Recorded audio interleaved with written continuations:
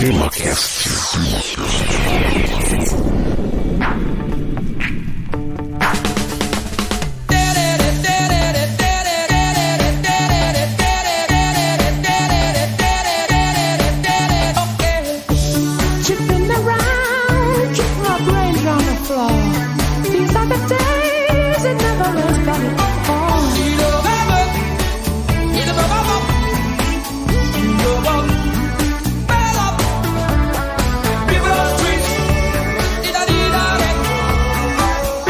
Bem, meus amigos, está começando mais um TemaCast. Aqui é Francisco Seixas e participarão desse episódio o Igor Alcântara. Olá, TemaCasters! E olha só, estamos de volta com uma pessoa que nos é muito querida para falar de uma pauta de comportamento. Exatamente. E essa pessoa muito querida se chama Juliana Torres. Oi, Juliana, tudo bem, querida? Tudo bom, tava com saudade de vocês.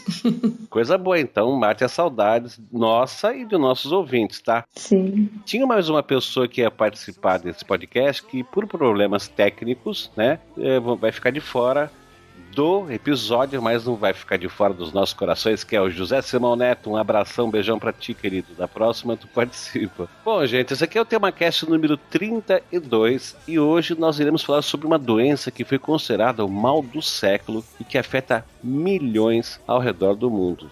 É a tal da depressão. Mas antes, a gente gostaria de fazer um alerta para os nossos ouvintes. O conteúdo deste episódio pode ser considerado um serviço de informação e de esclarecimento sobre esse assunto e jamais deverá ser considerado como um substituto de um profissional. Bom, sobre esse assunto nós vamos conversar agora, mas não perca a leitura de e-mails, comentários e recadinhos logo após o episódio. Under pressure.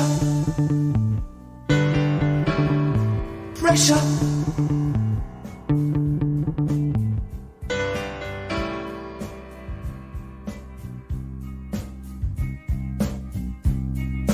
When you were before, couldn't look you in the eye. You're just like an angel. Your skin makes me cry. O que dizer da dor que não pode ser dita, sem causa ou natureza definíveis, sem possibilidade de compreensão? A dor do nada, simplesmente do vazio de existir, indescritível, incomensurável e que, por isso mesmo, chama em vão a palavra? Muitos falaram dela para dizê-la, para traduzi-la ou para ignorá-la. Usaram termos como tristeza, trevas, sombra sem fim, sol negro, nevoeiro, tempestade em céu sereno, certeza infeliz, apatia, tédio, preguiça, agazão e vai por aí afora.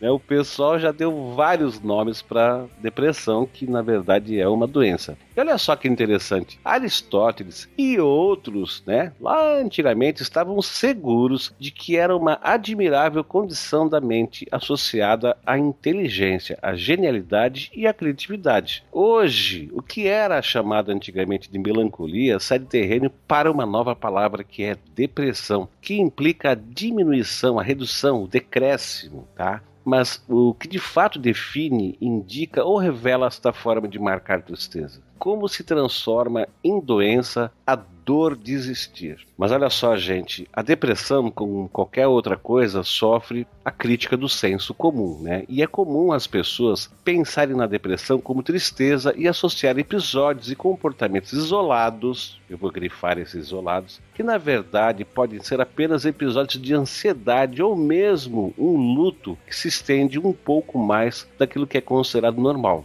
Também é comum pessoas falarem que depressão é apenas frescura, ou seja, falta do que fazer, e que o deprimido não está doente de verdade. Podem associar a características isoladas da depressão e não compreender que o deprimido precisa de ajuda profissional e também de muito suporte e apoio dos amigos e dos familiares. Olha só, o dito cujo senso comum também costuma associar a depressão imediatamente ao suicida, mesmo que por vezes este cara que é deprimido não tenha a menor intenção de se matar. Muita gente associa depressão a uma personalidade fraca. O deprimido, no tal senso comum, pode ser alguém ligado a problemas espirituais, um pessimista ou alguém mimadinho, né? Um fofinho que não sabe lidar com responsabilidades da vida adulta, do dia a dia. Por essas observações, é fácil notar o quanto o deprimido é julgado pela sua condição e o quanto as pessoas, em geral, são leigas quanto a esse tipo de distúrbio. Mas aí fica aquela pergunta, o que é depressão? E a gente tem uma coisa para dizer de cara. A depressão não é tristeza. Todo mundo tem direito a ficar triste, a ficar chateado com a própria vida, com os acontecimentos da vida. Mas escuta, Juliana, afinal, o que é depressão, querido?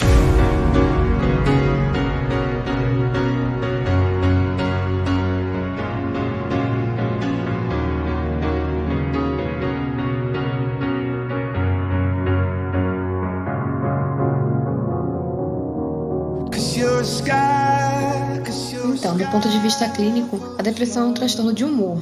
Né? O que significa isso? É que ocorre uma perturbação, uma alteração do humor, do afeto. E essa alteração do humor é acompanhada de modificação no nível global da atividade. A maioria dos episódios desse transtorno tendem a ser recorrentes e podem estar relacionados com situações ou fatos estressantes. Pois é, então, e a gente que vive numa época em que a tristeza e o desencanto tomam proporções de epidemia, é muito complicado, de repente, você ser julgado como um deprimido só porque você está vivendo uma situação particular, passageira, né, uma coisa assim que vai desaparecer, e você leva logo, sofre o estigma do deprimido, como se você fosse um pária, uma pessoa que tem que ser desprezada. Existe a questão que, isso eu estou falando de experiência própria. Eu estudei, uma das matérias em que eu mais me estudei e me dediquei, porque era uma das prováveis especializações que eu ia fazer na época que eu estudei medicina, era psiquiatria, então eu estudei, assim, na época bastante esse assunto, mas quando eu digo que eu falo experiência própria, é por eu ser um paciente de depressão, enfim, eu já passei por diversos psiquiatras, psicólogos, e, enfim, já tomei tudo quanto é tipo de remédio, enfim, já todo tipo de tratamento. E uma coisa que eu posso falar por experiência própria é que muitas vezes, eu não sei exatamente o termo correto, né, mas os episódios de depressão mais fortes, muitas vezes eles são causados por algum gatilho, né? O meu último psiquiatra chamava de um evento de luto, né, que seja o fim de um relacionamento, ou a morte de alguém, a perda de um emprego, enfim, algum episódio. Por conta disso, as pessoas muitas vezes julgam que como o Francisco falou, né, você não sabe lidar com aquela situação, né, você se desespera em qualquer situação, você não sabe lidar com aquilo dali. Quando, na verdade, a gente vai ver que não é exatamente isso. Mas aí entra uma questão que a gente fica muito... que a pessoa acha que é uma coisa que você se provocou, né? É diferente, por exemplo, de você pegar uma pneumonia ou alguma doença que sabe-se que há um agente externo biológico que causou aquilo. Aí acredita-se que você provocou isso e aí por isso, enfim, é uma coisa que poderia você mesmo ter evitado. Mas aí entra uma questão muito forte que eu não vou... só vou citar aqui, não vou entrar porque isso desviaria do assunto, mas entra uma questão filosófica muito importante do que é você. Quando você pensa eu, é o que exatamente de você? E se você imaginar que os processos químicos que acontecem dentro do seu cérebro, que fazem com que você reaja de determinadas formas a determinadas situações, que fazem com que você se apaixone com mais facilidade ou se concentre com mais facilidade, etc., também fazem parte de você. Do mesmo modo, a gente pode colocar nesse mesmo rol qualquer doença que tem a natureza química, que é qualquer doença no geral, né? Exato. Se você for analisar do ponto de vista médico-clínico, esse preconceito que se tem contra a depressão, de classificá-la, como o Francisco falou, de frescura, não tem nenhum sentido. É uma doença, eu posso falar mais uma vez por experiência própria, uma doença muito séria, que deve ser encarada de forma... também muito séria, né? Com muita responsabilidade, muito séria pelo paciente, mas principalmente pelas pessoas que estão ao redor dele, porque muitas vezes as pessoas não têm condições nem de pedir ajuda. e não tem nem vontade, na verdade, de melhorar. Então, a gente tem que começar a encarar isso com um pouco mais de responsabilidade. Antes, em alguns casos, né, que seja tarde demais. Mas, gente, olha só, a depressão ela já foi considerada um mal do século. E segundo o levantamento feito pela OMS, né, que é a Organização Mundial da Saúde, mais de 350 milhões de pessoas sofrem de depressão em todo o mundo, ou seja, pelo menos aí uns 5% da população. E a gente está falando de dados coletados em 2012. E como o mundo está mais maluquete, né, do que 2012, esse percentual, ou pelo menos o número das pessoas já deve ter aumentado. Mas apesar de haver terapia para a depressão, apenas metade das pessoas que sofrem com a doença recebe os cuidados de que necessitam. E aí, claro, vai entrar vários fatores, ou porque a pessoa não tem acesso a médico, ou porque a pessoa não se dá conta que está deprimida, ou porque a pessoa sofre o estigma, né? Como a gente já falou agora há pouco, ou seja, a pessoa está deprimida, sofre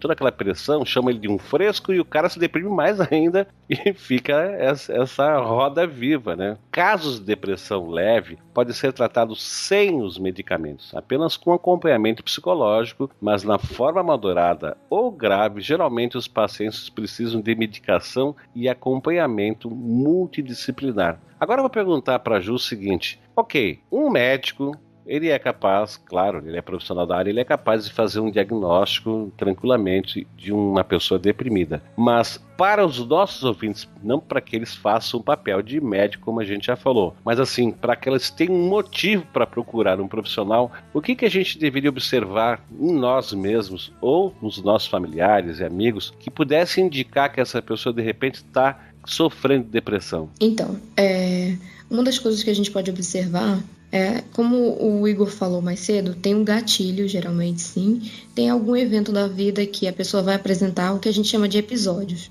O primeiro episódio de depressão, onde a pessoa pode se isolar, pode apresentar os sintomas clássicos que a gente já viu, né, na mídia, ou até mesmo muitas pessoas já tiveram contato com pessoas deprimidas, né? Como vocês também falaram antes, o número de pessoas com depressão é muito grande, então é muito comum a gente ter tido pelo menos uma vez, ainda que não saiba identificar bem, mas pelo menos ter tido contato com uma pessoa depressiva ao longo da vida. E aí identificar esse episódio e se isso se repetir continuamente, né? O básico a história de vida do paciente, né? Você olha assim, aquela pessoa que pode ter largado um emprego, ou ela pode até ter sido despedida em decorrência de desleixo com a vida profissional e tá em casa e não se motiva também a procurar um novo emprego, ou quando não é isso, não quer mais estudar, não quer fazer aquela atividade que a gente considera rotineira, né? Isso é um dos casos mais clássicos em depressão. Além do humor, é a perda de interesse em fazer coisas que as pessoas consideram prazerosas, né? Se você não tem mais prazer em fazer coisas simples, que você...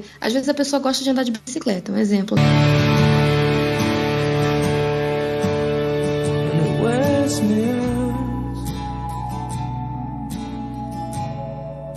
Existem fatores genéticos envolvidos nos casos de depressão, ou seja, é muito provável que se você teve uma mãe ou um pai depressivo, tu também possa vir a sofrer dessa doença, né? Existem também casos em que a doença pode ser provocada por uma disfunção bioquímica do cérebro, porque na verdade tudo está acontecendo ali na cabeça da pessoa, né, gente? Entretanto, nem todas as pessoas com predisposições genéticas reagem do mesmo modo diante de fatores que funcionam como gatilho para as crises.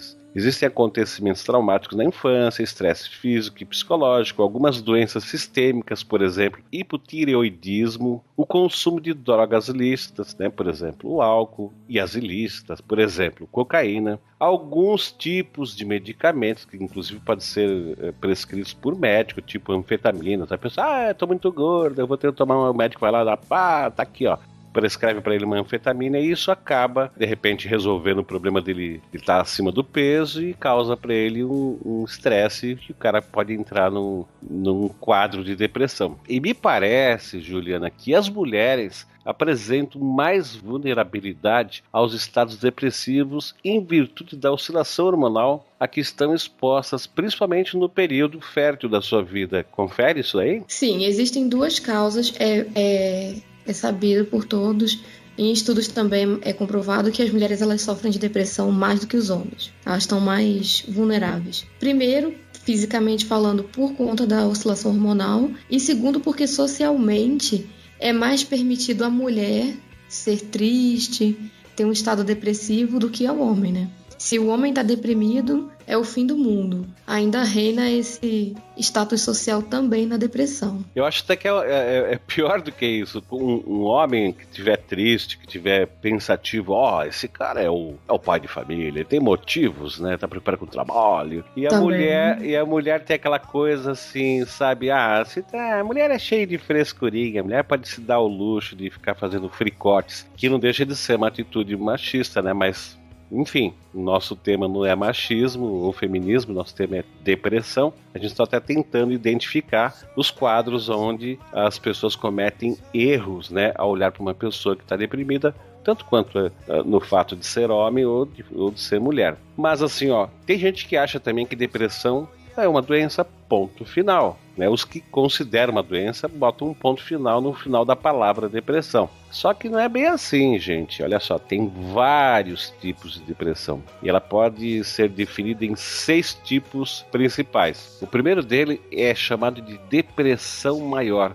que é a mais conhecida das formas de depressão e é a mais diagnosticada. E os pacientes com esse tipo de depressão apresentam pelo menos 5 dos sintomas que a gente vai falar agora, por um período de pelo menos 2 semanas. Então vamos lá. O cara pode apresentar desânimo na maioria dos dias e na maior parte do dia. E olha só, uma observação, nos adolescentes e crianças há um predomínio da irritabilidade. Outro item, falta de prazer nas atividades diárias, que inclusive a Ju já deu uma pincelada nisso, a gente só está listando aqui. A perda do apetite, ou então diminuição do peso, né, por conta disso, ou não. Distúrbios do sono, que vai desde insônia até o sono excessivo, né? O cara, de repente, amanhece e continua dormindo o resto do dia. Aquela sensação de agitação ou languidez intensa, quer dizer, 2 extremos. A fadiga constante, a pessoa acorda, parece que ela trabalhou a noite inteira carregando um saco de cimento. A pessoa se sente culpada o tempo todo, é o sentimento de culpa. A pessoa não consegue se concentrar em nada. O cara tem que fazer um e-mail, o cara se perde. E assim, ideias recorrentes de suicídio ou morte. E aqui é interessante a gente dar uma pausazinha. Não é que o deprimido, todo deprimido vai querer se matar, mas ele começa a falar muito no final da vida. Eu já presenciei um caso desse. Sabe, um amigo meu que perdeu emprego, tinha um ótimo emprego, perdeu emprego, e de repente o cara começou com esse papo assim, sabe? Cara, a nossa finitude como seres humanos, como seres vivos, e virou quase que um discurso constante na boca dele, entendeu? Isso aí só parou quando ele saiu desse estado. O cara começa a fazer assim uma parceria com a morte, né? Com o final da vida. Não necessariamente que ele vai querer se matar. A gente tem aqui uma profissional da área, né? Uma psicóloga, então eu vou dar aqui digamos, o ponto de vista também aqui do paciente, né, do outro lado. Você falando, Francisco, parece que você está dando o meu diagnóstico, assim, de, não atualmente, não se preocupem, ouvintes, mas de alguns anos atrás, assim. Isso é verdade, tudo que você falou é verdade, não acontece em todos os casos, então, como eu disse, eu estou falando aqui da minha experiência própria. Não, é por isso que ali diz que pelo menos 5 sintomas, tá? Exato, então, exato. São muitos sintomas, dentro desses sintomas tem que ter pelo menos 5. Então, assim, não que todos vão aparecer ao mesmo tempo. Eu acho que de todos aí, acho que eu não tive, mas é verdade. Eu, por exemplo, pra mim era uma excelente dieta, porque eu cheguei a perder 30 quilos em 2 meses, quando eu tava num estado, assim, mais avançado. Mas tudo que a gente perde, um dia a gente acha, né, Igor? Tu achou de novo ou não? Eu não todos, eu achei mais da metade dele. Pois é. Tá, continue. Mas tem essa coisa de, por exemplo, é uma época que eu estava morando sozinho, e um dos episódios, né, assim, o mais recente, uma época que eu estava morando sozinho, e eu tinha, por exemplo, fim de semana que eu não levantava da cama. Assim, eu ficava na cama, eu levantava, ia no banheiro e voltava, assim. De você ficar, essa questão de você falar muito da morte, é verdade, muitas vezes você deseja aquilo, se torna uma obsessão ao ponto de você pensar neste assunto o tempo inteiro. Ficar flertando, né, com essa possibilidade. Isso.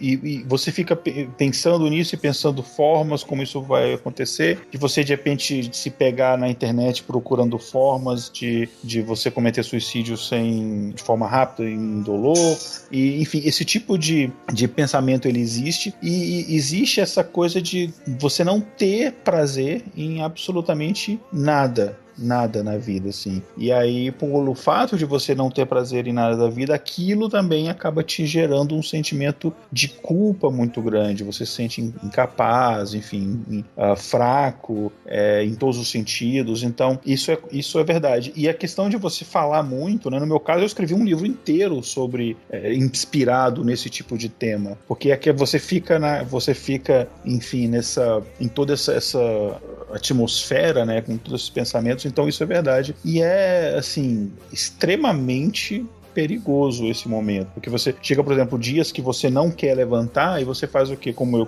por exemplo, eu fiz. Você fica tomando doses muito maiores e mais frequentes de um remédio para te ajudar a dormir, né? Porque uma das coisas que pode acontecer é você ter insônia, e você fica tomando aquilo porque você não quer acordar, você quer simplesmente ficar 2-3 dias dormindo direto, e você pode ter uma overdose daquilo. Então, mais uma vez, não demore a procurar ajuda se você está nos escutando e você identificou ali pelo menos 5 desses sintomas. Não é um diagnóstico, mais uma vez, como o Francisco bem frisou no começo, mas é um indicativo de que você precisa procurar ajuda. Nobody said it was easy. Oh, it's such a shame for us to part. Sabe o que mais que a pessoa pode fazer? Ela começa a se preocupar com pequenos problemas da vida, porque quem é que não tem problema, né? Todo mundo tem, mas esses pequenos problemas do dia a dia, sabe assim, vamos dar um exemplo bem idiota aqui. Tu mora num condomínio, todos os seus vizinhos receberam a conta de luz e você não. Pô, é fácil, tu entra na internet, pega a segunda via, não é um problema grande isso aí, né? É uma eventualidade. Aí você faz um discurso, sabe assim, só podia ser comigo, com quem mais? Se eu morasse num prédio que tivesse 1 milhão de moradores, só eu não ia receber. É aquela coisa de exagerar na coisa, né? E o deprimido também tem dificuldade para tomar banho. Porque se o cara quer ficar na cama, ele não tem tempo para banho, né? Ele não consegue ler um livro. Como é que o cara vai? Porque ele não tem concentração, ele vai ler um livro como? E até como coisinhas simples, como chegar, ligar a televisão para ver um episódio lá de um seriado, porque o cara não tem concentração. E em alguns casos, conhece-se que algumas pessoas chegaram à automutilação, que eu já acho assim meio punk, né? Não conheço nunca. São casos extremos, muito ligados também àquilo que a gente falou antes sobre drogas, álcool, geralmente a automutilação. Ela tá ligada à dependência química. Exato. Bom, gente, a gente tá falando só do primeiro, né? Do primeiro tipo de depressão, que é chamada de depressão maior, que é um nome oficial, né, Ju? Esse é o nome dado, né? Depressão maior. Não vem substituir por grande depressão ou depressão grande. O nome correto é depressão maior. Bom, mas olha só, além desses critérios acima que a gente descreveu, tem que se observar também outros pontos importantes. Os episódios devem comprometer atividades importantes como o trabalho ou os relacionamentos pessoais, que não pode ser confundido com os casos causados por droga, por álcool ou outra substância química. E devem ser diferenciados de sentimentos comuns de tristeza. Gente, todo mundo fica triste porque levou uma fechada no trânsito, porque o cara botou a cabeça para fora, te chamou de nome feio, ou porque algum parente seu, teu pai, tua mãe, teu irmão te tratou meio grosseiramente, porque o teu patrão disse que teu trabalho era uma porcaria e você se esforçou um monte. Isso são episódios de tristeza por decepção, tá? Geralmente, os episódios de depressão duram cerca de 20 semanas. Então, se o teu patrão falou que o teu trabalho era uma caca na segunda e na quarta-feira tu já tá fazendo happy hour, tu não tá deprimido. Pode apostar, tu ficou puto da cara com o teu patrão e não passou disso. Ou o teu namorado ou namorada te deu um fora, tu vai ficar aí 10, 15 dias, um mês, sabe, retraído na sua, fazendo lá um feitiço pra guria ou pro guri. Não é depressão. Eles normalmente duram de cerca de 20 semanas, que é um bom tempo, tá? E olha só também, os sintomas da depressão em adolescentes podem ser diferentes dos sintomas que a gente encontra nos adultos. Inclui aquela tristeza persistente, a incapacidade de se divertir com as suas atividades que antes eram as preferidas, né? Tem aquela teimosia constante, irritabilidade acentuada, queixa frequente de problemas como dores de cabeça, ou então cólica abdominal, ou começa a ir muito mal na escola, era um aluno legal, de repente fica muito mal, fica desatento, desanimado, não consegue se concentrar, tem alterações nos padrões de sono e de alimentação ou queixas frequentes dizendo que não quer ir pra aula. Mas peraí, mas você é um perfeito adolescente. Eu tô quase diagnosticando todo adolescente como um deprimido, porque os bichos não gostam de banho, não gostam de estudar. Não, isso é só brincadeira, tá? Porque esse mesmo adolescente que não gosta de banho, que não gosta de estudar, porque é rebelde, porque tá naquela fase, os hormônios, não sei o que, ele pode adorar um videogame, e por ele ficaria 24 horas jogando lá um videogame, e de repente ele não quer nem isso. Então, abre o olho. Se o adolescente tinha esse apetite aí por uma coisa que dava prazer para ele, de repente ele não quer mais, é muito estranho, né? Isso, na verdade sim, é muito interessante os pais acompanharem inclusive o rendimento escolar, como você citou, porque não só como para depressão, mas uma queda brusca no rendimento escolar pode ser sinal de diversos problemas, desde o bullying que a criança está sofrendo na escola, até casos de depressão ou outros, entendeu? Então é importante ficar atento a esse tipo de coisa. Bem lembrado, Igor, e até o bullying pode causar depressão, né? Pode estar sendo um fator externo. Exatamente. Essa depressão no adolescente.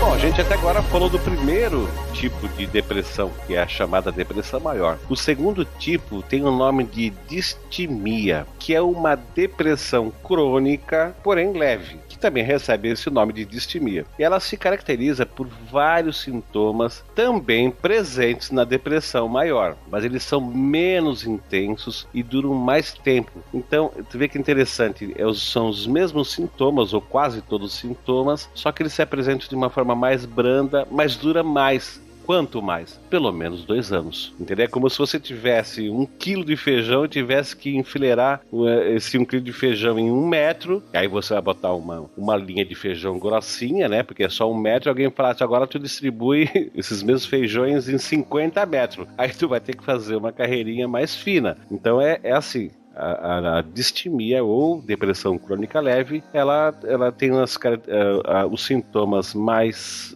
suaves, mas dura mais tempo. E os sintomas são descritos como uma leve tristeza que se estende na maioria das atividades. Então, assim, eu acho que aqui entra a figura da mãe, né? Que é essa criatura onipresente, né? Na vida do filho. E quando eu digo filho, eu não estou falando de adolescente só, de criança, não. Uma mãe que tem um filho de 60 anos, ela é capaz de sentir essa sutil diferença no comportamento de um filho, né?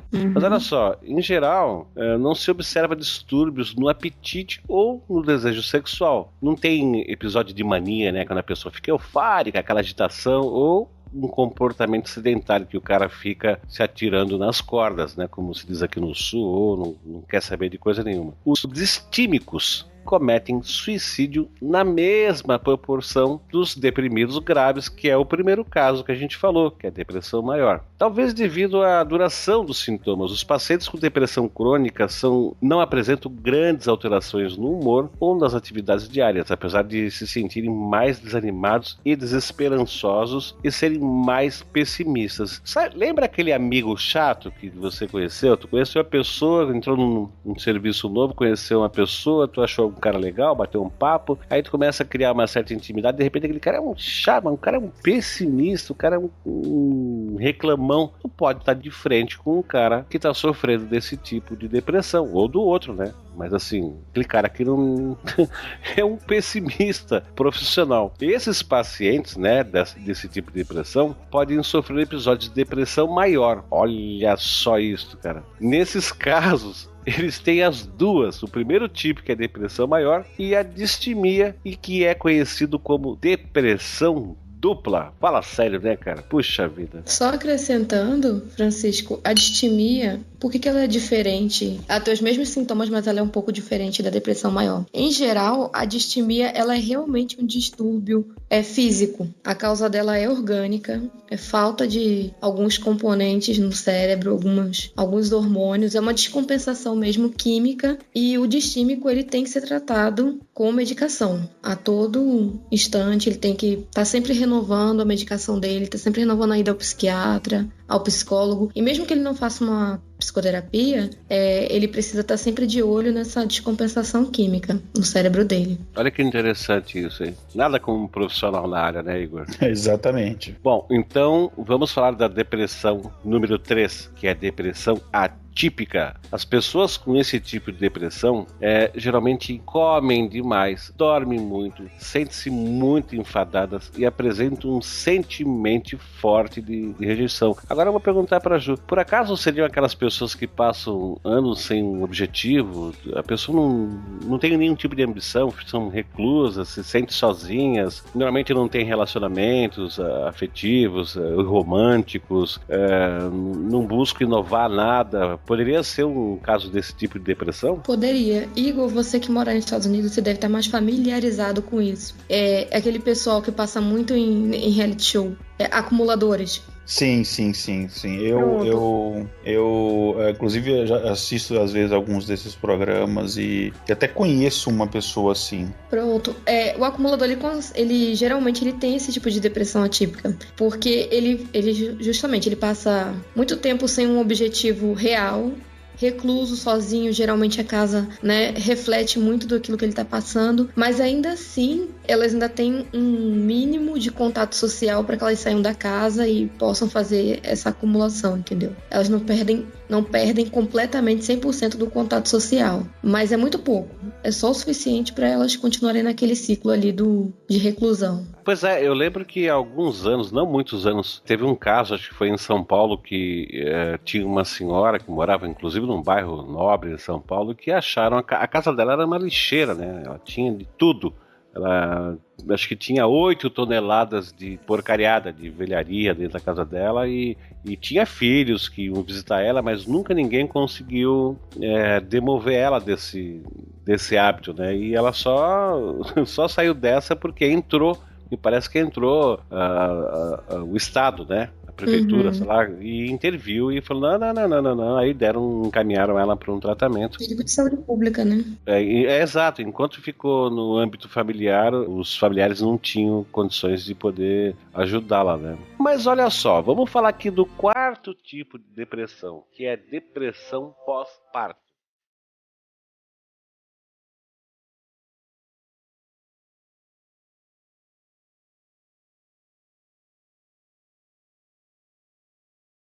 Após o parto, é comum ocorrer um forte declínio dos hormônios na mulher, resultando em um período de anedonia, que significa a perda da capacidade de encontrar prazer na vida, né? E uma certa apatia, conhecido como baby blues, que caso persista pode se tornar numa depressão pós-parto. Essa persistência ocorre em cerca de 6,8 a 16,5% das mulheres adultas e em até 26% das adolescentes. E olha só aqui, ó, uma surpresinha, não afeta só as mães não, tá? Os pais também experimentam o baby blues em 25% dos casos, e eu sou testemunha viva disso daí. Quando a minha filha nasceu, passamos por esse tipo de problema que realmente é bem estranho para quem não tem conhecimento, nunca ouviu falar. Mas olha só, esse tipo de depressão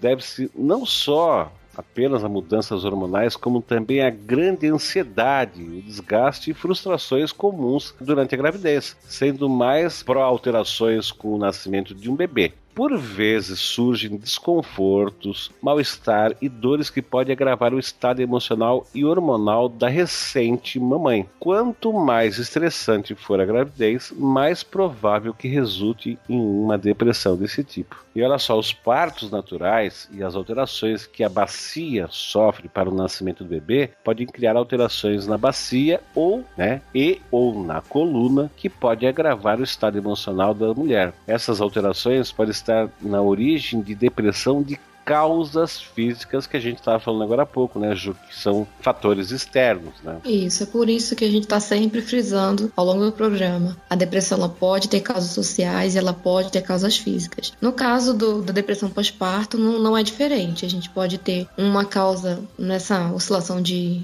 hormônios, ou pode ter sido alguma alteração, como você falou, na bacia, na coluna, e vai agravar o estado emocional, as dores, né, depois desse parto. E ela também pode ser uma causa social. Existe uma ansiedade muito grande quando tá na fase da gravidez, né? E uma vez que a criança nasce, o Igor pode falar muito bem isso, tá vivenciando agora, né? É muito diferente da hora da gravidez quando a criança tá do lado de fora, né?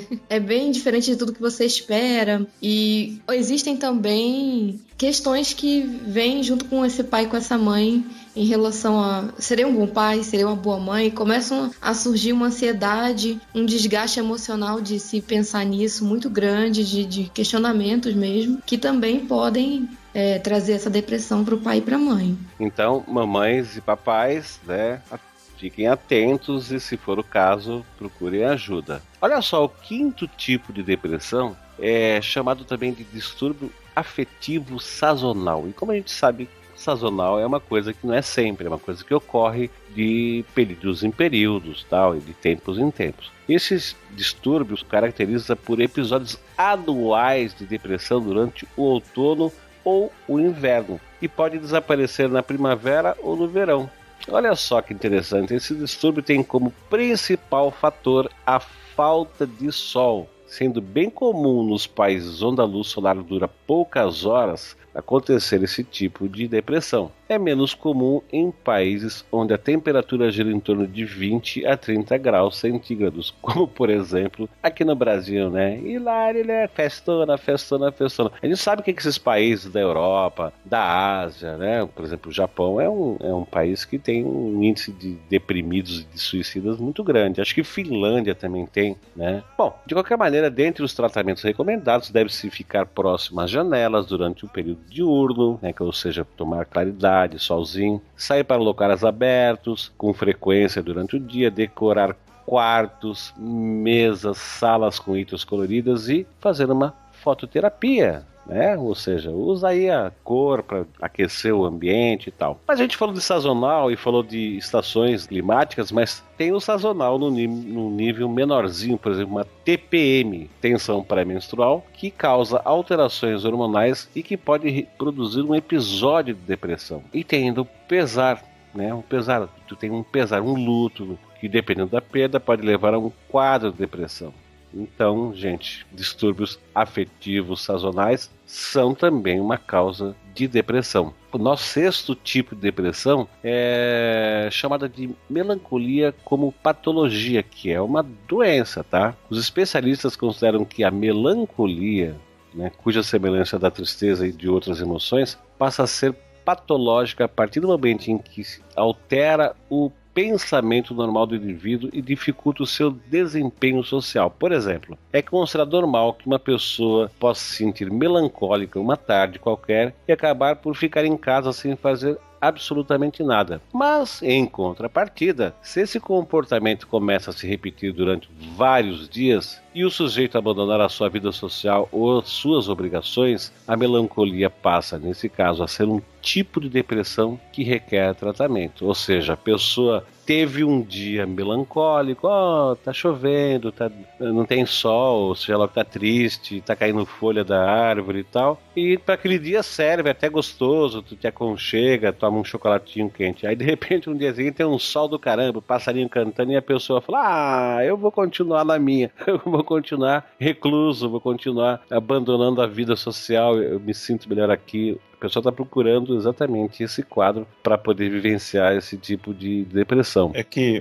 melancolia, né, que é um termo que eu acho que no futuro as pessoas vão até parar de utilizar, porque por causa se a gente pegar na raiz da palavra, ela tem uma raiz um pouco racista, né? Porque vem do grego melas, que é, se eu não me engano, melia, quer dizer negro, né? Que a melancolia é um líquido negro, né? Na origem da palavra grega, que eles acreditavam que quando você estava nesse estado é como se a sua alma estivesse cheia dessa bilis negra, e por isso que você estava nesse estado.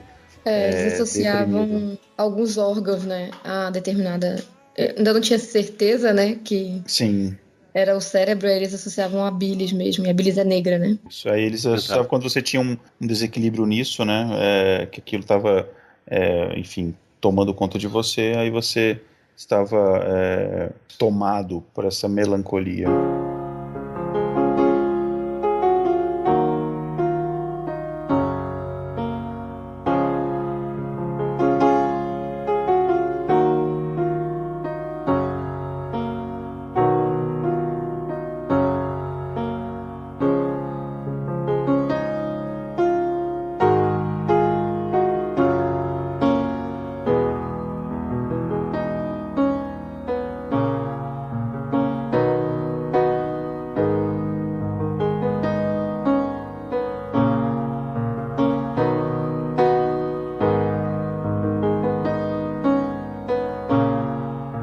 Por falar em melancolia, gente, na década de 90, o movimento grunge prestou uma espécie de homenagem à melancolia e ao desencanto, né? De fato, a banda norte-americana Smashing Pumpkins lançou um disco intitulado Melancholy and the Infinite Sadness, que claro que a gente acabou traduzindo como melancolia e a tristeza infinita, mas veja só, a palavra melancolia aí não está grafada como deveria ser, né, Igor? Não é melancholy, é melon, como se fosse um melão, é isso? Isso.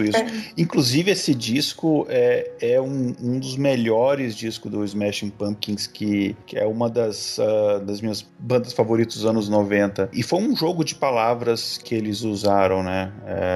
Foi um trocadilho, né? É isso, como se fosse esse colhe, esse personagem, né? Se eu não me engano, eu posso dizer que é o disco mais famoso da banda. Exato, inclusive eu ouvi, né, quando eu estava preparando essa pauta, e eu gostei bastante. Mas assim, mas o que diferencia a melancolia da depressão? Bom, a melancolia é a tristeza associada ao luto. E daqui a pouquinho eu vou pedir para Ju dizer pra gente o que significa luto. A gente tem mania de associar luto com a morte de alguém, né? O fulano tá de luto. Porque morreu o irmão, morreu a mãe, o pai, não sei o quê. Não, luto é uma luto coisa é uma perda, né? Uma perda, não interessa, você perdeu teu emprego, você tá de luto, né? Uhum. Teu amigo mudou de país, foi lá pra Bangladesh, você tá de luto, porque o cara foi embora, uma pessoa que tu convivia todos os dias. Então, voltando aqui à pauta, melancolia é a tristeza associada a uma perda. Vamos substituir então luto por perda de um objeto ou alguém específico, né?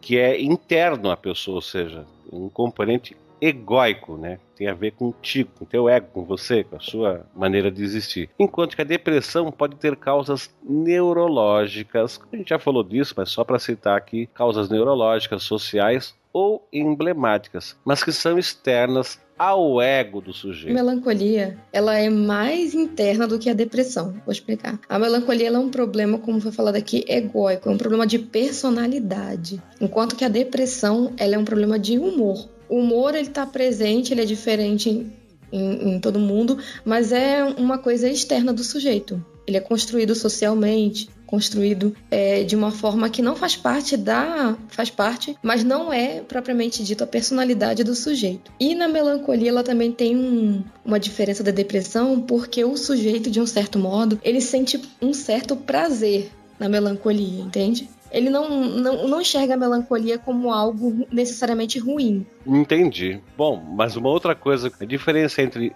essa tristeza, né, e a depressão, o deprimido, ele tem um componente que diferencia do outro tipo de sentimento, que é a perda da autoestima. Confere isso? Confere. Então tá. Bom, gente, então o que a gente falou até agora é o seguinte: não venha com essa.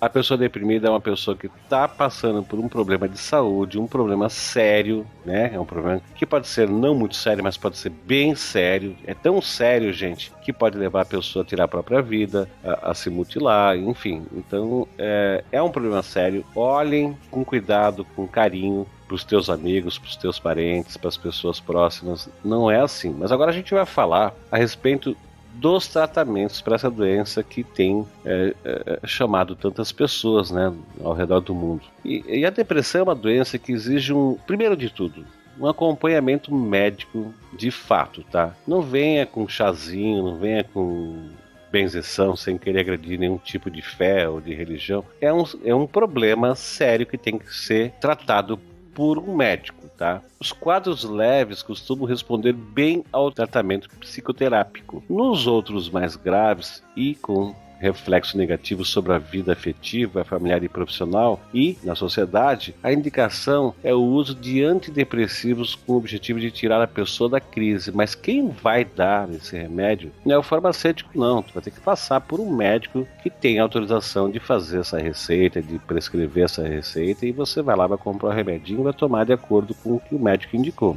Existem vários grupos desses medicamentos que não causam dependência, apesar do tempo que levam para produzir efeito, que é por volta de 2 ou 4 semanas, porque também tem isso, né? Eu já tive um quadro de depressão também e tive que tomar remédio, tá? E eu queria que fosse como se uma cibalena, um melhoral. Eu tô com dor de cabeça, eu tomei, daqui a 20 minutos começa a passar, e não é. Os medicamentos para depressão, eles têm um tempo, né? Eles têm um delay aí de 1 mês, de 20 dias para começar a produzir efeito. Isso quando não tem que ajustar a dose, né? Tem que ter. Por isso, o acompanhamento médico sempre, né? E tem alguns casos de depressão em que o paciente vai ter que tomar esse remédio por toda a vida para evitar recaídas. E mesmo quando o paciente ele for parar de tomar esse remédio, ele tem que fazer isso por indicação médica e conforme o médico recomendar. Você não para de uma vez. Existe o processo de desmame, né, que a gente chama, que a dose vai sendo reduzida gradativamente até você parar de tomar. Eu conheço casos de pessoas que falam, eu já estou bem, né, eu vou parar de tomar o remédio. E aí você tem uma queda brusca, né, daqueles componentes químicos no seu sistema, né, na sua corrente sanguínea, e aí a pessoa volta para aquele estado de depressão que ela estava antes. E aí depois, quando ela voltar a tomar o medicamento, ela vai ter que passar por todo aquele processo para o medicamento voltar a fazer efeito de novo. Então, não é uma aspirina. Então, é um remédio que você tem que tomar com muita responsabilidade, por favor, né? Então, mais uma vez, assim, a gente vai falar isso muitas vezes, pode parecer repetitivo, mas é questão de responsabilidade nossa aqui com os nossos ouvintes. Gente, aqui a gente não tem como fazer uma consulta, um diagnóstico à distância com os nossos milhares de ouvintes aqui. Então, tudo que a gente está falando, você pegue isso, se você achar que é o caso, né, para você ou para uma pessoa que você conhece, vá a um profissional e siga as orientações desse profissional, senão não adianta você ir, né? Exatamente, quando eu digo profissional, quando a gente diz profissional, a gente está falando assim, vá num médico, num clínico geral, porque você pode estar deprimido por questões físicas, porque você está com um problema físico, tu tá, sei lá, com uma infecção, tu tá com um problema de saúde físico, e que gerou essa depressão. Então, primeiro passo, vá consultar o teu médico lá, o médico que você confia, que se for um caso de você partir por uma análise, não sei o que, ele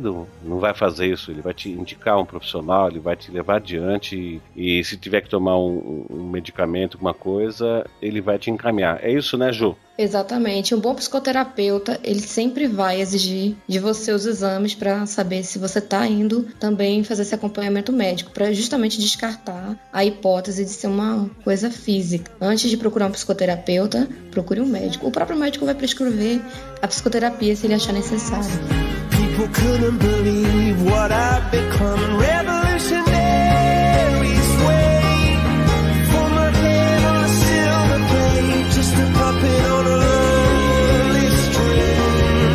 Oh, who would ever wanna be king? No meu caso, eu sempre ia nos dois profissionais, né? Conforme era realmente recomendado. Eu ia no psiquiatra e também tinha psicólogo que tinha parte da terapia. E eles conversavam, né? Sem, obviamente, sem a minha presença, mas eles conversavam, eles trocavam figurinhas ali, principalmente nos últimos episódios em que eu tive, em que aí eu encarei a coisa de uma forma um pouco mais séria. E aí eu vi que em mim o resultado positivo disso foi muito maior, né? Porque aí você acaba atacando o problema dos dois lados. Exato. Aí você tá aí ouvindo esse episódio e fala, poxa vida, não identifiquei nenhum desses sintomas em mim, eu sou uma pessoa normal, mas o meu irmão, o meu primo, sei lá quem que eu conheço, olha, se enquadrou bem nessas descrições. E como é que eu posso ajudar?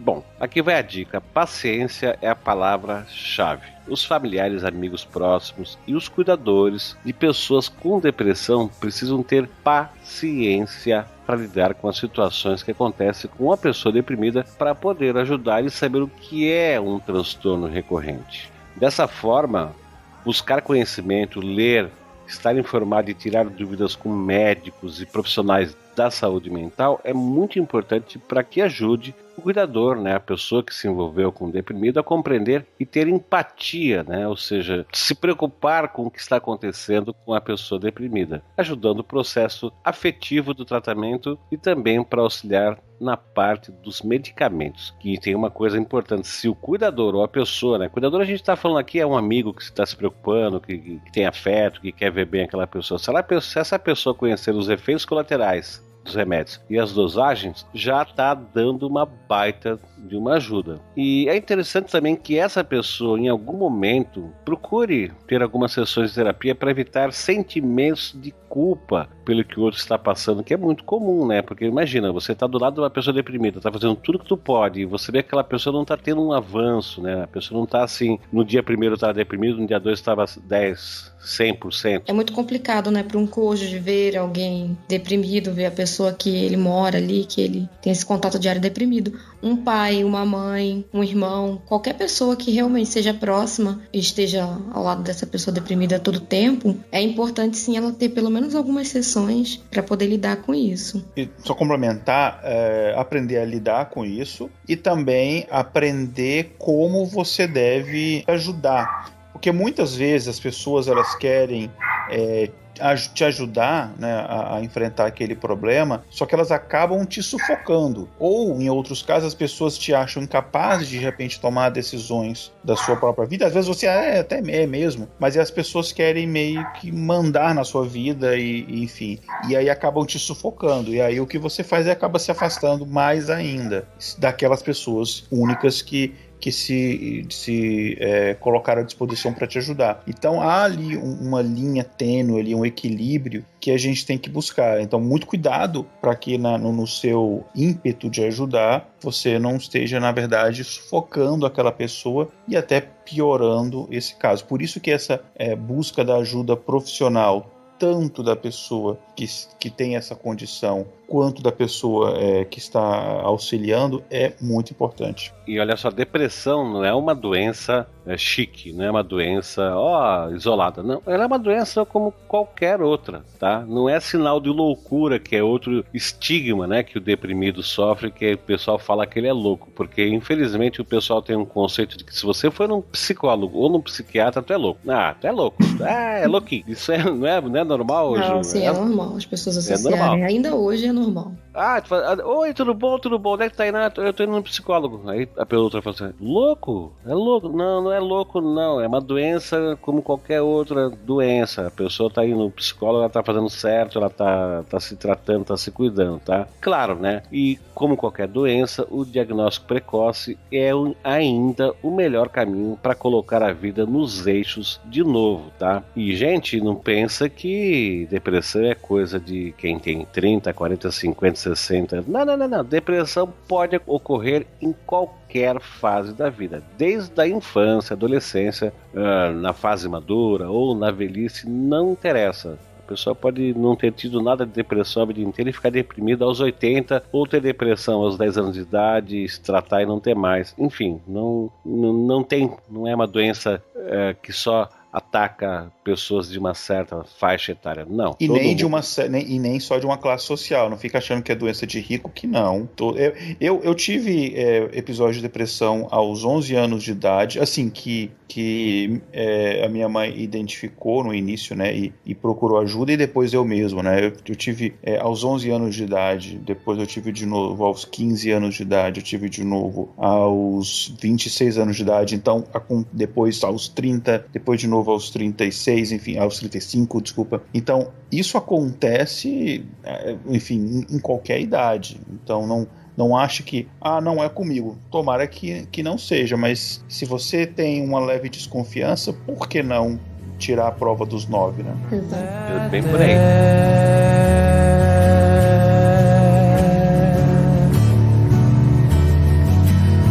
That's not me.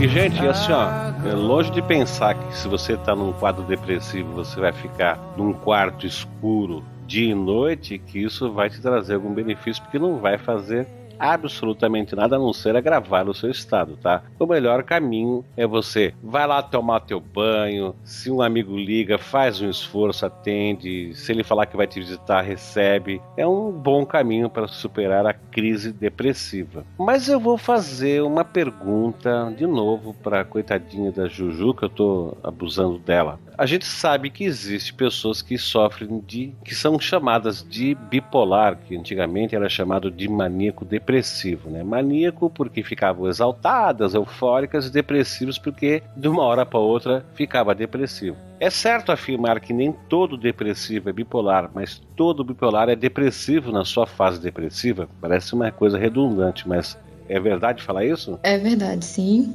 Bipolaridade é um transtorno de personalidade que afeta o humor. E a depressão é um transtorno de humor só. Então, por isso que a gente vai falar que nem todo depressivo é necessariamente bipolar. Pode acontecer de ser, mas pode acontecer de não. Mas todo mundo que é bipolar, ele tem episódios depressivos na fase que ele tá depressivo. Na polaridade, menos, né? Exato. E, gente, se você se identificou como uma pessoa depressiva ou conhece alguém que é depressivo, tá próximo de você, escuta só essa. Isso não dá só em pessoas que não têm fama. Vocês lembram do Kurt Cobain, que era o vocalista da banda Nirvana? Ele deixou bem claro uma certa vez dizendo o seguinte: eu me odeio e quero morrer. E ele morreu, né? Ele se matou. Então, ele não nos nossos corações. Não.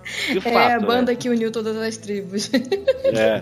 Outro cara que era depressivo foi o Santos Dumont. Ele ficou extremamente perturbado com o fato da sua invenção, que foi o avião, né, ter sido a melhor arma em uma guerra, e entrou numa depressão profunda e ele caiu no quadro em que levou a um suicídio e se enforcou com a sua própria gravata em 1932. Tá. Isso, na verdade, isso é uma das teorias. A gente não tem certeza se foi o que levou ou não e tal, mas conforme a gente estava até aqui falando em off antes de começar o episódio, né, a Juliana comentou, é muito difícil a gente falar isso de figuras históricas. O caso do Santos Dumont também teve o caso da suposta homossexualidade dele, que na época era... Enfim, muito reprimida. Não era nem um pouco aceito, e ele tinha essa dificuldade de se aceitar. Então teve todo um conjunto de... um histórico aí que aqui a gente acabou de dar um spoiler de um futuro episódio, assim, caso a gente fale algum dia sobre Santos Dumont, a gente vai estar contando no final, ele cometeu suicídio, mas é um exemplo aí, os dois que foram citados, de episódios de depressão que podem levar a consequências irreversíveis, né? No caso do suicídio. Mas tem mais um aqui, é recente, e esse é comprovado que foi por depressão, o Robin Williams. É ator e comediante que, por ironia, né, cara, por um comediante se matar, pra mim soa como uma coisa irônica, mas no caso dele, que é uma coisa bem recente, moderna, foi comprovado que ele realmente sofreu de um quadro de depressão bem profundo. É como diz aquela história, né, quem é que faz o palhaço sorrir, né? Exato. A depressão é muito comum, sim, entre comediantes, mais do que a gente imagina. Sim, eu não vou citar o nome, mas eu cheguei a ter contato com um cara um dos integrantes do Cacete Planeta, e o cara era simplesmente na televisão uma coisa e pessoalmente dava pena de ver. Olha só, a autora da saga Harry Potter, que é a J.K. Rowling, é isso, Igor? J.K. Rowling, isso. Ela também se declara ou foi diagnosticada como uma grande depressiva. O Renato Russo, né, que já foi. O próprio Jim Carrey, que é o ator e comediante, outro comediante, né? O astronauta Buzz Aldrin, o Francis Ford Coppola. Por um momento eu achei que você ia falar Buzz Lightyear. Não, o Honorio de Balzac, o Scott Fitzgerald, tudo isso é escritor, tá? O Ernest Hemingway, o Charles Dickens, o Leon Tolstói, o Tennessee Williams. Pô, até agora só tem escritor, vamos ver. Agatha Christie, escritora. Igor Alcântara, Edgar Allan Poe, o Brian Wilson. Olha só, esse Brian Wilson é o músico lá dos Beach Boys, que era chegadíssimo do Charles Manson. Isso. Exato. O Tchaikovsky, né? O Mozart, o Van Gogh, o Larry Flint, que a gente chegou a falar dele no episódio sobre Califórnia, que tinha revista lá de tipo Playboy, né? Hustler, isso. O Jean-Claude Van Damme, que é ator, a Liz Taylor, o Ulisses Guimarães, que inclusive falava do lítio dele, e também há quem diga que o próprio pai da psicanálise, o Freud, também era um depressivo, mas tu acredita nisso, Ju? Eu realmente não sei, porque se falou muito de Freud, né? Se fala muito, existem muitas biografias autorizadas, sem autorização. O diagnóstico do Freud é igual ao diagnóstico que a gente vê do Hitler, né? Uns falam que ele é psicopata, outros falam que ele é psicótico. Enfim, não dá pra gente saber de verdade. Eu não arriscaria que sim. E olha só, que o pessoal que tá ouvindo quiser ter contato com obras que falam de depressão, obras de ficção, né? Eu queria que tu me ajudasse, Ju, essa obra aqui do Lars von Trier. Lavons Trier, Melancolia, Terapia de Risco, do Stephen Sonderberg, que é uma crítica sobre medicação. Isso, muito bom esse Terapia de Risco. Do filme, né? E são filmes. As Vantagens de Ser Invisível, que fala a respeito de depressão na adolescência. Um outro filme que se chama Reine Sobre Mim. As Horas, que são 3 histórias em diferentes épocas sobre depressão. Requiem, Um Estranho em Mim, que fala de depressão pós-parto. O Lado Bom da Vida, que fala de depressão dentro da bipolaridade, que a gente citou. O Depression at the Poteur, que é uma comédia francesa que está na Netflix até a publicação desse episódio. Também tem uma obra de um escritor chamado Igor Alcântara, chamado Endecágono, que também fala a respeito desse assunto. Vai virar filme, Igor? Olha, vamos ver, né? Espero que sim. Espero que sim. Dariam bons filmes, né? São diferentes histórias, mas dariam bons filmes, viu? Faço questão de prestigiar se virar filme. Bom, gente, então assim, ó, é claro que isso aqui é um episódio de podcast, é claro que a gente tem a intenção de informar. Vamos falar de novo, não tome isso como uma consulta médica, não temos essa pretensão. Pode aparecer alguém que diga, mas vocês não falaram disso ou não falaram daquilo. Muito provavelmente. E se você achou alguma coisa que é importante que a gente não abordou, bota lá no comentário, tá? Vai lá no site, bota no comentário, mande e-mail, participa do episódio. A gente simplesmente quis trazer à luz um problema de saúde, né, que é muito sério. Muitas pessoas são vítimas e também são muito discriminadas por causa desse problema. E é um assunto que muitos ouvintes têm pedido, né, até com uma certa frequência.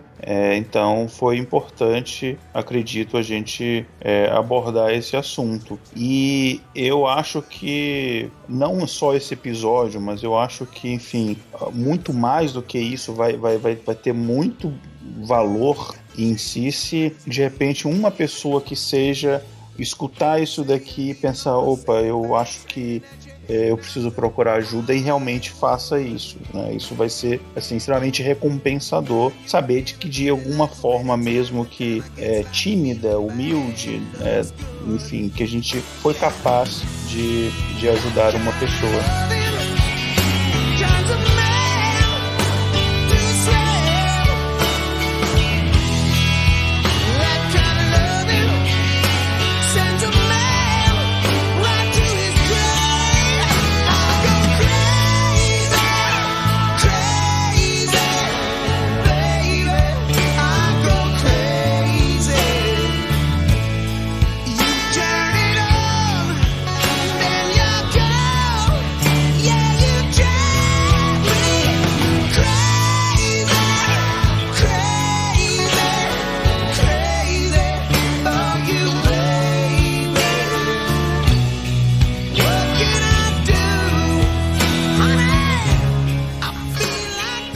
Agora, gente, eu vou chamar o Igor e a Juliana para falar dos seus projetos pessoais, e eu sei que o Igor é um cara extremamente cavalheiro, ele vai deixar que a Juliana fale primeiro. E aí, Ju, o que tu anda fazendo da vida além de dar luz a podcast como o TemaCast? Então, no momento, depois de tanto falar nos podcasts que eu participo, que eu não tenho projeto, né, pessoal, tá pra sair, gente. Tá pra sair até dezembro, um site onde eu tenho mais um outro companheiro também, o Marcos, a gente vai abordar alguns temas também de forma bacana, com textos. Quem sabe um podcast, né? Mas fiquem ligados aí, a gente vai divulgar em breve. E participações esporádicas, tô aí, tô na pista, quem quiser pode me chamar. Meu Deus, tô vendida, né? Não. Eu quero que tu saiba que é um imenso prazer ter você aqui com a gente, viu, Juliana? É muito bacana te convidar. Prazer meu também. É bem bacana. Eu sei que tu tá fazendo quase um sacrifício para poder participar, porque você tá num fuso horário diferente do meu, e o Igor também tá num super fuso horário diferente. A Ju tá a menos 1 hora, porque ela tá em Recife, e o Igor tá a menos 6. E então, poxa, que pena que eu sou o único certo nessa história, mas fazer o quê, né? O único certo, veja bem. Te acalma, ego. Esse pessoal do Sul sempre querendo se separar, né? Incrível. Não, eu sou do Sudeste, querido. Eu só estou no Sul, mas eu sou do Sudeste. E você, meu amigão, o que tu tem feito da vida além de trocar fralda? Vamos lá, fala dos teus projetos aí. Aliás, tu tem uma promessa com os ouvintes, então vai lá, mete bronca. Tenho? É verdade. Ué, tu disse que tu ia falar cada episódio de um livro teu. A não ser que tu queira trocar fralda, eu faço pra ti o jabá. É verdade, na fralda daqui a pouquinho eu troco. Bom, antes de mais nada, obrigado, Ju, é sempre muito bacana quando você participa aqui com a gente. Como o Francisco falou, né, traz uma luz aqui pra esses 2 leigos aqui, pra gente, enfim, falar uma quantidade de besteiras um pouco menor. Enfim, como o Francisco citou, né, e eu, se eu não me engano, eu citei também no episódio, eu tenho um dos meus livros, eu abordo não especificamente o tema depressão, mas é um livro em que eu escrevi, enfim, durante um dos meus episódios, mais recente episódio meu de depressão. Então é um livro que ele aborda a questão da solidão. Não é um livro necessariamente pessimista, né? Ele tem, enfim, diferentes momentos, e são 11 contos. Esses 11 contos, cada um deles aborda o tema solidão, é o tema central do livro, mas cada um aborda um aspecto diferente da solidão. Então tem um conto que fala da solidão da hora da morte, tem um conto que fala da solidão do suicídio, né? Ou da pessoa que está pensando ou prestes a cometer suicídio. Se ela vai cometer ou não vou contar, você vai ter que ler. Existe a solidão de uma pessoa que ela, enfim, não tem amigos e ela é rejeitada por todas as pessoas. Tem a solidão de uma pessoa que ela se desconectou da realidade, ela vive só dentro da cabeça dela. Enfim, tem 11 aspectos diferentes da solidão, e todos esses contos, uma coisa que eu acabei depois repetindo a fórmula em Mutua, né? Todos esses contos eles são conectados. Então eu gosto de, quando eu escrevo um livro de contos, que os meus contos se conectem, porque aí eu entrego 2 obras ao mesmo tempo para o leitor. Eu entrego os contos, que são independentes, você pode ler só um ou só outro, em qualquer ordem, né? Mas se você ler todos os contos, você vai, de repente, uma história que eu conto aqui, tem um personagem dessa história que ele está participando de uma outra história ali com o protagonista, e você vai entender um pouco melhor quem que é aquela pessoa, os motivos dela. Então se conecta, e no final você tem uma outra obra, como se fosse um romance, né, que se dá por essa junção desses 11 contos. O nome do livro é Endecágono, né? Endecágono é o nome do polígono de 11 lados, exatamente porque são 11 contos que se conectam. E a ideia de conectar os contos foi também uma espécie de redenção dos personagens, que eles estavam passando por episódios de solidão, mas eu conecto os contos para meio que redimir a solidão deles, né? Eliminar essa solidão, pelo menos nesta conexão dos contos. E aí, quando você pensa que estou sozinho, a gente vê que, na verdade, não estamos tanto assim. Então, é isso. Acho que eu falei até já demais.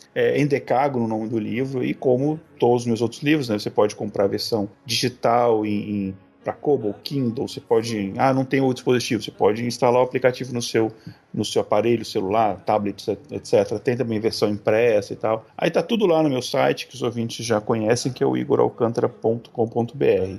Enfim, dá uma olhada lá. É um livro que eu tenho muito orgulho dele. Inclusive, a maioria, mais da metade dos contos desse livro foram premiados em diversos concursos, então... Tá bem bacana. Acho que, enfim, é meio arrogante falar isso, mas eu fiquei muito satisfeito com o resultado. Exato. Ô Ju, e agora a gente vai para que lugar, queridinha? Agora nós vamos para e-mails e recadinhos. Exato. Conferiu, Igor? É isso aí mesmo. E, enfim, galera, não fique triste, não. Apesar Exato. do trocadilho com o nome do episódio, vamos lá que... A gente vai conversar agora com vocês, ouvintes. Não, é assim, você até pode, até deve ficar triste, mas você o que não pode é ficar deprimido, tá? Se você achar que tá deprimido, vai procurar ajuda, e nós vamos agora para a leitura de e-mails, comentários e recadinhos. Um abração pro Igor, um abração pra Ju, e até o próximo episódio. Tchau, até o próximo episódio. Até daqui a pouco. I could make you happy, make your dreams come true. There's nothing that I wouldn't do. Go to the ends of the earth for you, to make you feel my love.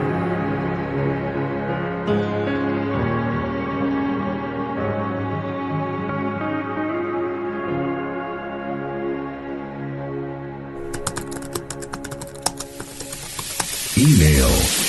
Comentários.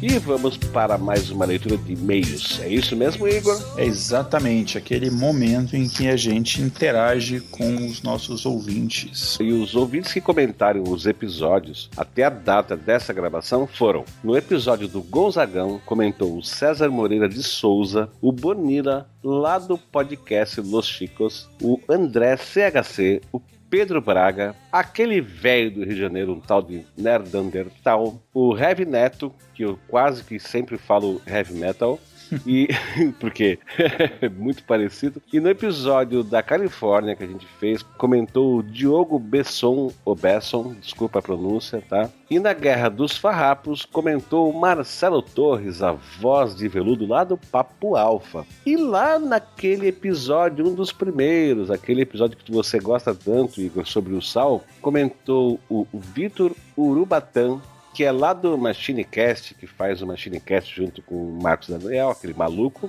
Comentou também a Bárbara Damasceno, do blog Socos e Sopapos. Olha só, gente, quem quiser conhecer o conteúdo dos comentários, já que ele é público, né? Todos os comentários são públicos, todo mundo pode ver, é só ir lá e acessar o site e ler os comentários que a gente citou aqui. E o Igor, nós temos um e-mail de voz do Regis Tonkel, que é lá do podcast Papo Extra. Vamos ouvir? Vamos lá.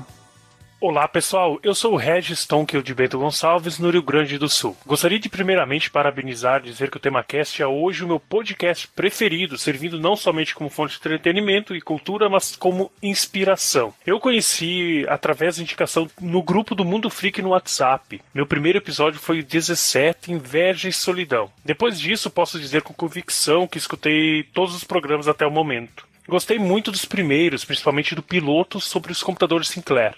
Esse episódio figura entre os meus favoritos e olha que era apenas o piloto, pra tu ver como que o podcast tem qualidade. Uso o TemaCast como porta-voz dos podcasts, sempre que alguém me pergunta sobre a mídia, acabo recomendando um programa que tenha alguma relação com a pessoa em questão. Acredito que só devemos propagar o que gostamos, não é? Sobre o último programa, gostei bastante do episódio sobre Revolução Farroupilha, mas eu não sei se é pelo fato de ser gaúcho ou por estar culturalmente envolvido, senti uma falta danada da música Querência Amada do Grande Teixeirinha. Inclusive, gostaria de deixar registrado meu pedido de pauta. Aqui no Sul temos um carinho enorme pelas obras de Teixeirinha. Ele que, além de músicas, deixou inúmeros filmes e se relacionou com a literatura. No episódio sobre a Califórnia, ainda daria para acrescentar algo bem legal, a Universidade de Berkeley, onde foi desenvolvida uma variação do Unix, chamada de BSD. Hoje, as variantes desse tal BSD, BSD, tal como FreeBSD, OpenBSD, NetBSD e tantos outros são as variantes Unix mais utilizadas. O Darwin, kernel do macOS 10, macOS X, macOS 10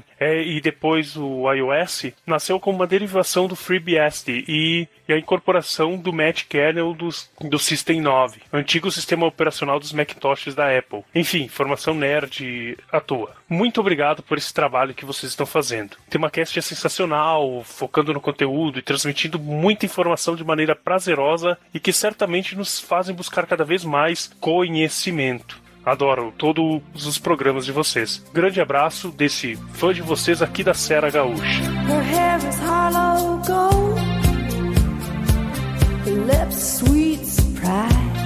Legal o e-mail dele, né, Igor? Legal, bacana. É mais um gaúcho aí mandando comentários sobre o episódio da Farroupilha. E sobre o comentário que ele fez da Universidade de Berkeley, a gente chegou a comentar sobre ela, né, quando a gente falou sobre o Vale do Silício, mas é aquela, né? Tinha tanta coisa para falar. Enfim, a gente cobriu coisa de 300, 400 anos de história, digamos assim, num episódio. Então, realmente, enfim, a gente teve que pincelar mesmo os fatos, não deu para aprofundar em nada específico. Exato, mas de qualquer maneira tá aí um ouvinte, um amigo nosso que vem e coloca um pouco mais de luz, acrescenta um pouco mais de conteúdo, que como você disse, não dá pra gente abordar tudo, né? Já teve lá o Luciano do blog de Escalada também, que veio falar que Califórnia é um estado dos Estados Unidos onde a escalada tal, tem um viés bem forte e tal. Então é assim que a gente vai construindo a parte que a gente não citou no episódio por questão de tempo e é onde os nossos ouvintes podem interagir e participar também, né? E fazer parte do episódio, não é isso, Igor? Exatamente. O episódio, a ideia é que ele continue nos comentários, né? E a gente também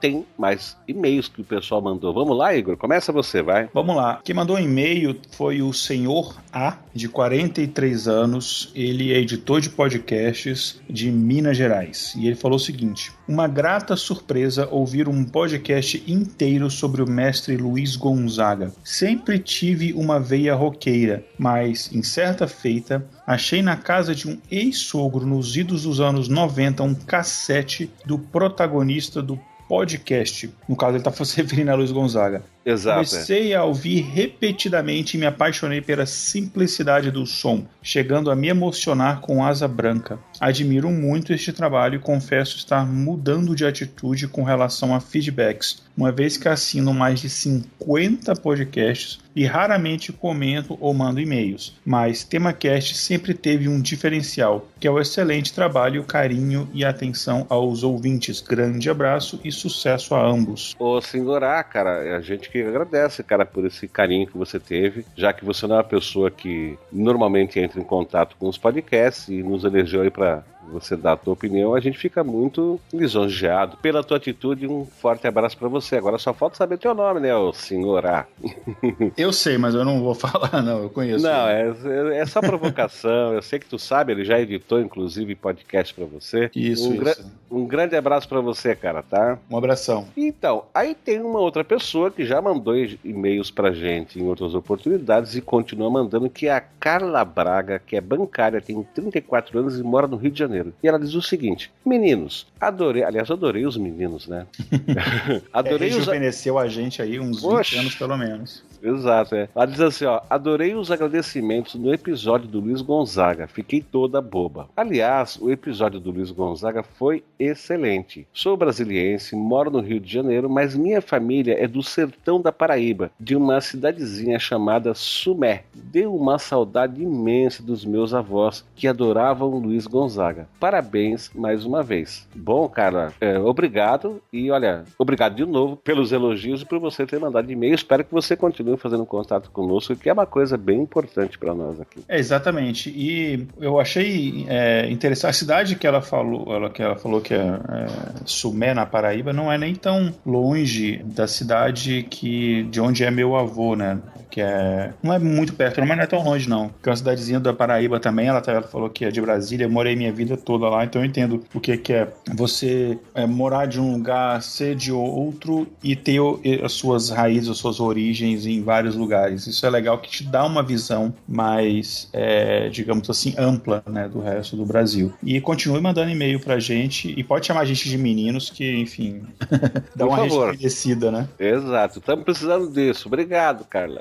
Pois é. Bom, quem mandou e-mail também foi o Gilberto Vieira de Souza, lá do site gibanet.com. Ele falou o seguinte: bom dia, Igor e Francisco. Este episódio também me traz muitas lembranças da infância, pois meu pai é fã do Gonzagão até hoje. Durante o episódio do Gonzagão, acabei por relembrar com saudades uma viagem muito interessante que fiz. Em 1988, eu, meu pai e minha mãe saímos de São Paulo de carro sentido Rio de Janeiro, e de lá fomos para Minas Gerais, Bahia, Alagoas, Pernambuco e Ceará. Nessa viagem conheci Caruaru, com sua famosa feira, Serra Talhada e Arco Verde, entre outros tantos lugares fantásticos. Mas quis deixar aqui a referência aos locais que foram citados no programa em questão. De Alagoas em diante, não passei um dia sequer sem ouvir várias músicas de Luiz Gonzaga e ver referências dele por onde passava, seja pôsteres nas paredes de comércio, seja nomes de comércios ou citações nas rádios locais, em uma época em que o velho Lua ainda estava vivo. Em um parque de diversões na cidade de Maranguape, no Ceará, percebi que a trilha sonora era dividida entre Gonzagão, Dominguinhos, Nando Cordel e Elba Ramalho, que interpretava as músicas dos anteriores. Percebi na época que as principais emissoras de rádio e TV mantinham âncoras com sotaque paulista, o que achei lamentável. Nesta viagem quase fiquei definitivamente no Nordeste, pois me apaixonei tanto por Pernambuco como pelo Ceará. Obrigado por me trazer as boas lembranças desta viagem. A escolha do Thiago Miro como convidado foi acertadíssima. Grande abraço aos três e aos ouvintes. E um grande abraço pra você, Gilberto, tá? Obrigado pelo teu e-mail, cara. Que bacana essa história, né? O cara trouxe aí um pouco de emoção na descrição que ele fez desse passeio. E eu tenho certeza absoluta, eu não tive a oportunidade ainda de conhecer o Nordeste, mas eu tenho certeza absoluta que ia fazer a mesma coisa, ia ficar com aquela vontadinha de ficar por lá mesmo. Eu já fiz uma viagem dessa com os meus pais, uma vez de ida e volta, na verdade, de carro de Brasília a Fortaleza, mas a gente foi durante um mês, então a gente foi parando, a gente passou também em Serra Talhada, que é a cidade da minha avó, em Bonito Santa Fé, na Paraíba, cidade do meu avô, a gente foi passando nos lugares e é muito, muito, muito, muito bacana. E aquilo me deu, inclusive, uma bagagem de lembranças e memórias que volta e meia eu vou lá e dou uma resgatadinha, coloco ali numa coisa que eu estou escrevendo, num conto e tal. É muito, muito bacana. E me permitiu conhecer um pouco mais do Brasil, da vida do sertanejo e, digamos, me empatizar com essas pessoas. É muito, muito bacana. Eu recomendo quem tiver a oportunidade de viajar pelo interior do Brasil, assim, ou faça. Beleza, olha só um outro e-mail. Diz o seguinte: olá, Igor e Francisco. Sou o Felipe Oliveira, desenvolvedor web, morador de Blumenau, em Santa Catarina. Gostaria primeiramente de parabenizá-los pelo excelente trabalho com o TemaCast. O conteúdo é simplesmente maravilhoso. Conheci o site há pouco mais de 4 semanas e já me tornei um grande fã. Adorei o último podcast sobre Luiz Gonzaga, mas meus podcasts favoritos até o momento foram sobre Lampião, Guerra dos Farrapos e Intolerância. Tive o privilégio de nascer no meio de 3 culturas bem diferentes. Nasci e fui criado no Rio de Janeiro, na capital. Minha mãe e sua família são nordestinos de Juazeiro e Petrolina, no Nordeste, e meu pai e sua família do Rio Grande do Sul. Caramba, olha só isso. Ele parece aquela música do Chico Buarque, né? Exato. Toda a minha infância foi rodeada de histórias como as que vocês contaram. Ouvi-los praticamente era um papo almoço de família. Gostei bastante. Sou apaixonado pelas histórias desses dois lados do Brasil, que na verdade são os extremos, né? Sobre a intolerância, em particular a religiosa, vivenciei muito isso ao longo da minha vida, porque eu sou Mormon. E se tem um povo que até hoje sofre de preconceito e falsas acusações, somos nós. Daí ele cita aqui que Mormon é um apelido do nome legítimo da igreja, que se chama a Igreja de Jesus Cristo dos Santos dos Últimos Dias, que é o nome verdadeiro, né? E Mormon é só um apelido, segundo a afirmação dele. Aí ele continua: uma vez com um amigo vi uma mulher simplesmente escarrar de dentro do seu carro sobre ele. É triste ver que nossa nação não é tão pacífica como alguns pensam. Aliás, é o que a gente sempre tem dito, né, Igor? Sim, sim. Continuem com esse trabalho tão maravilhoso e, mais uma vez, meus parabéns. Programação para o dia de hoje: ouvir podcasts sobre a Revolução de 30 e o podcast sobre Califórnia e, se der tempo, mais algum. Ô, Felipe, bacana, cara, teu e-mail foi bem bacana tu ter entrado em contato, ficamos, assim, muito lisonjeados e que bom que tu contou aí essa tua história, da tua origem, né? Você ficou no meio do caminho, tá em Santa Catarina, a tua mãe, a família dela do Nordeste, teu pai aqui do Sul. Tu deve comer farofa, aquela farofa lá do Nordeste, tomando chimarrão, é isso? Ou eu tô viajando na maionese contigo? Pois é. Um comentário breve, quer dizer, 2 comentários breves. A história dele, não sei porque me lembrou um pouco da esposa de um dos meus irmãos, que se eu não me engano, os avós dela são do Rio Grande do Sul, os pais parece que de Santa Catarina, ela nasceu no Paraná, eles foram subindo, assim.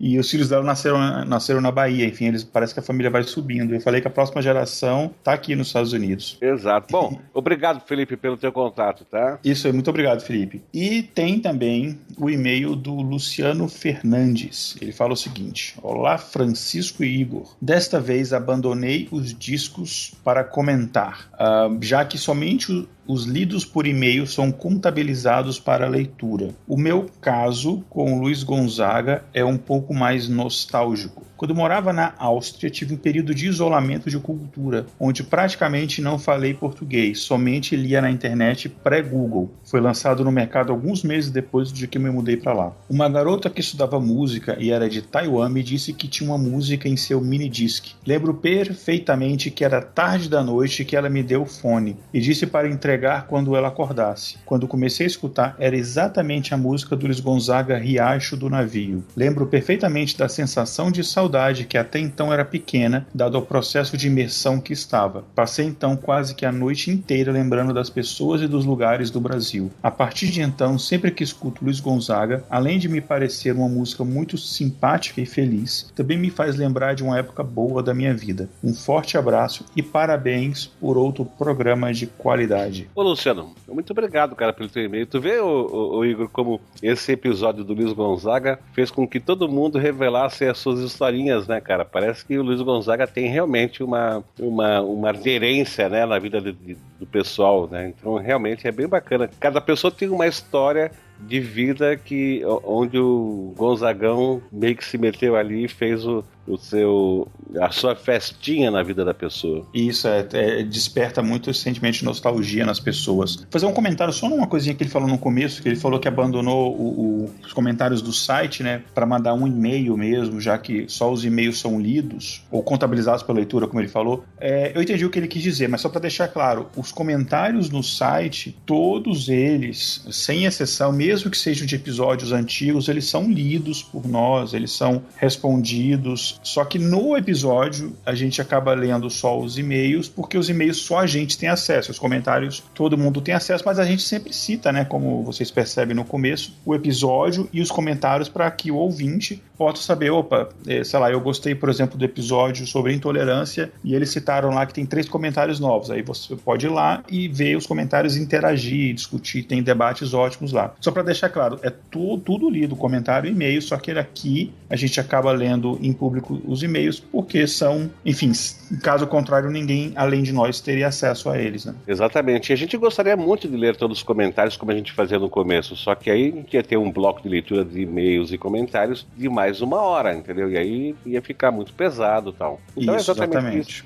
Exatamente isso que o Igor falou, a verdade, entendeu? Todos os comentários são lidos e são respondidos, todos os e-mails também são lidos, respondidos e depois lidos novamente aqui ao vivo, né? Ou seja, na leitura de e-mails e comentários. Mas assim, não deixem de comentar no site por causa disso, a menos que vocês queiram que aquilo que você tem para dizer seja lido nesse bloco do podcast, tá? Mas, de qualquer maneira, muito grato pela tua atenção e pela tua história, tá, cara? Muito obrigado mesmo. Olha só, quem mandou e-mail também foi o Washington Lins, que quase que a gente fala Washington Luiz, né, Igor? Isso, eu sempre leio. Ele é um ouvinte que é frequente, né? Ele sempre manda e-mails ou escreve comentários, e a primeira vez eu sempre leio o Washington Luiz, por causa do presidente. Exato. Mas ele diz o seguinte: olá, mais um excelente programa. Igor, Francisco e o Thiago Miro estão de parabéns. O cast me lembrou as festas juninas da minha infância, onde sempre rolava as músicas do Gonzagão, principalmente Asa Branca. Lembrou também as manhãs de domingo, naquela época em que as casas só tinham uma TV e tinha que acompanhar meu pai assistindo um programa onde volta e meia tinha uma música dele tocando. Eu acho que o programa se chamava Som Brasil.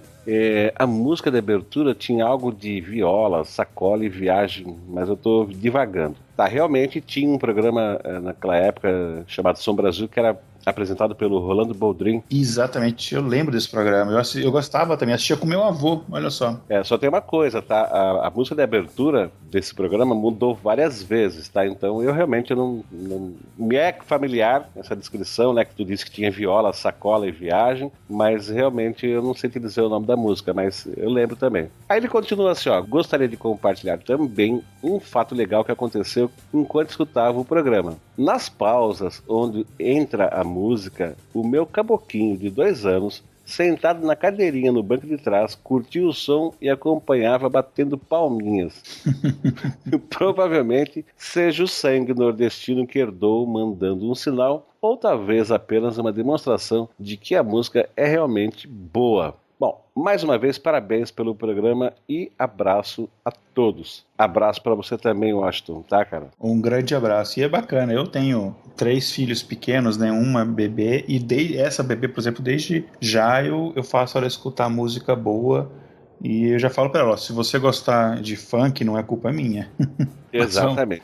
Vamos então pro último e-mail de hoje, que é do Fábio Ferreira de Oliveira. Ele disse o seguinte: prezados casts, gostaria de primeiramente elogiar o conteúdo de seus pods, que na minha opinião são imparciais e realçam os fatos em si. Ouvi quase todos, gostei muito do tema Guerra Fria e parabenizo-os por esta iniciativa e qualidade. Gostaria que, quando houver tempo em seus casts, que fosse abordado o tema apartheid, que é algo que procurei na internet e só encontrei o tema em inglês. Estou me aventurando a ouvi-lo, mas seria legal que fosse lançado algo em português. Mais uma vez, parabéns pelo excelente trabalho e um abraço. Abraço para você também, Fábio. Tá anotado aqui, já foi para nossa listinha de pauta futura, Isso. Apartheid, né? Eu acho que é um tema realmente bem bacana e que provavelmente a gente vai acabar fazendo no futuro, né, Igor?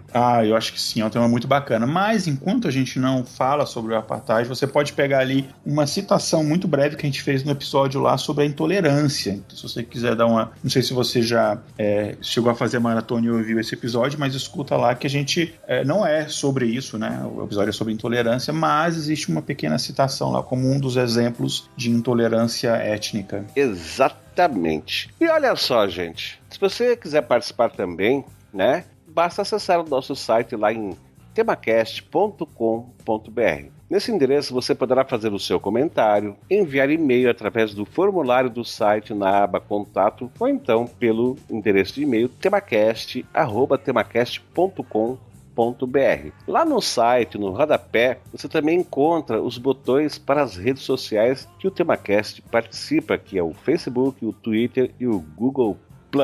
E também tem botões para assinar o nosso feed no site ou na iTunes Stories. E também temos agora a opção de assinatura através de envio de e-mail quando um episódio for ao ar. E essa opção nova se deve ao fato de que um dos nossos ouvintes, o Lucas Mateus, mandou um e-mail bem curtinho perguntando assim: vocês não têm uma opção para a gente receber notificação por e-mail? E aí a gente foi lá e habilitou essa opção, né, que nunca ninguém tinha pedido, porque a maioria dos ouvintes usam o feed, né, para ser notificado. Então lá no site agora, quando você entra lá e que você entra no episódio em questão, ou qualquer um dos episódios, você vai estar lá, tem embaixo do player, tu vai ter lá iTunes, Android, RSS e e-mail. Então é só clicar lá no e-mail, tu vai colocar o teu e-mail ali e cada vez que sair um episódio novo, você recebe um e-mail para poder ser notificado de que está no ar, é só ir lá e ouvir.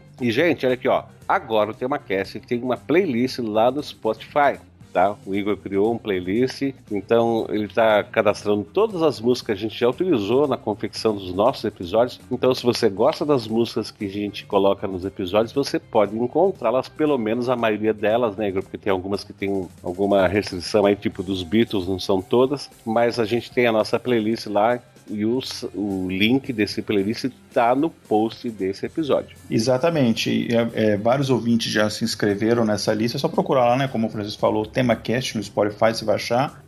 Inclusive, a nossa ideia é colocar essas músicas até um dia antes, horas antes de sair o episódio, para você já ir curtindo a trilha sonora. Como o Francisco falou, tem músicas que têm restrições com direitos autorais e o Spotify, enfim, aí a gente não consegue colocar, porque o artista ele tem que fazer um acordo com o Spotify para as músicas estarem disponíveis no acervo, mas as que estiverem lá, o que é muito artista, a maior, eu diria que 90% do que a gente usa de trilha, a gente vai sempre colocar lá, tá legal? E também vocês não esqueçam de acessar o nosso grupo lá no Facebook, através do link temacast.com.br/saiba mais. Lá você pode interagir com vários dos nossos ouvintes e conosco da equipe do TemaCast, né? E o link também, se você não pegou aí, tá no post deste episódio. E lá você fica sabendo, inclusive, quando sair um episódio em primeira mão, você fica sabendo. A gente sempre faz uma brincadeira de dar pistas e o pessoal tenta adivinhar qual é o próximo episódio